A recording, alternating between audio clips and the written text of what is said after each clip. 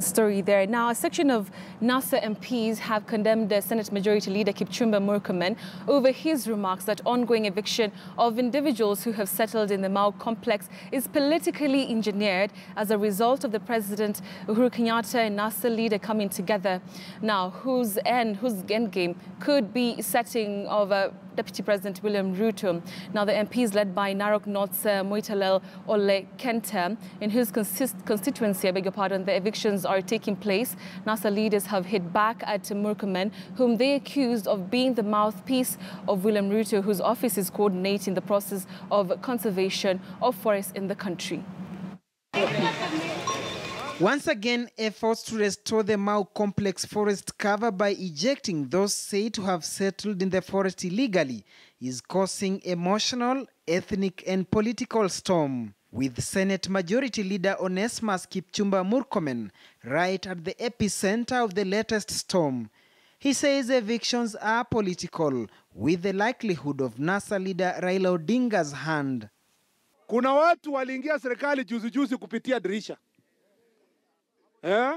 Na wanashikana na wakora wengine kutoka kona ingine. Ati memorandum yao ilikuwa mmoja yao ni kutoa watu kutoka Mau. Ati tuingize hii, ati sijui William Ruto atakuwa nini. We want to tell them to their face, the government of Kenya will not allow people of Kenya watumike kama vibaraka ya kisiasa. We will not allow. Sentiments that have seen Raila Odinga's foot soldiers come out with political guns blazing. Moitalel Ole Kenta is ODM's Narok North Member of Parliament, where the evictions are taking place. The eviction has Ruto's full blessing and he's coordinating it right from his office. The reason why Murkomen is dragging Raila's name into this matter and falsely blaming an innocent man for actions taken by Ruto is purely for political correctness. Is it the position of the Deputy President that he has abandoned the collective decision that was taken at Cabinet and which he publicly made public in Narok when he said that the evictions must take place and no encroachment must continue?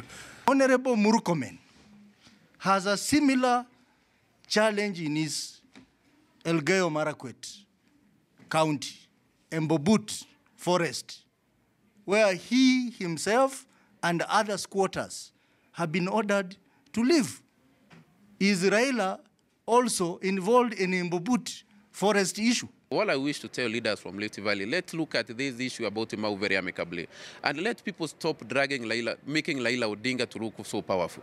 The leaders also want the Elgeyo Marakwet senator arrested for leading a meeting they claim was inciting, as well as referring to the president and ODM party leader in derogatory terms. When he says that His Excellency Raila Amolo Odinga signed an agreement with another Mkora, he's really calling the president of this country a Mkora.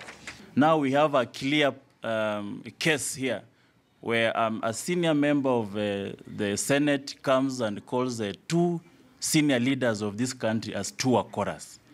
This is tantamount to a threat to our sovereignty as a country. This is actually a threat to the security of this country. In the Grand Coalition government, then Premier Raila Odinga was assigned the responsibility of leading similar evictions to restore the Mau complex, an exercise that was used to fight him politically by, among others, William Ruto, who termed the move as inhumane.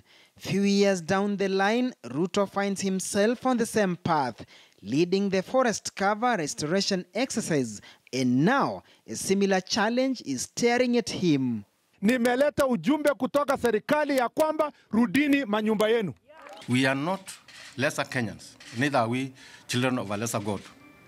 We support the eviction and let Murkomen and his people know one thing. You cannot come all the way from Baringo, Bomet, Kericho, Elgeyo Marakwet to tell the Maasai that they do not own that land and that they own it.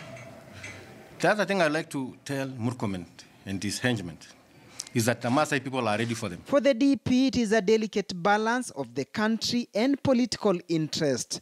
Which one comes first? Duncan Hemba, KTN News.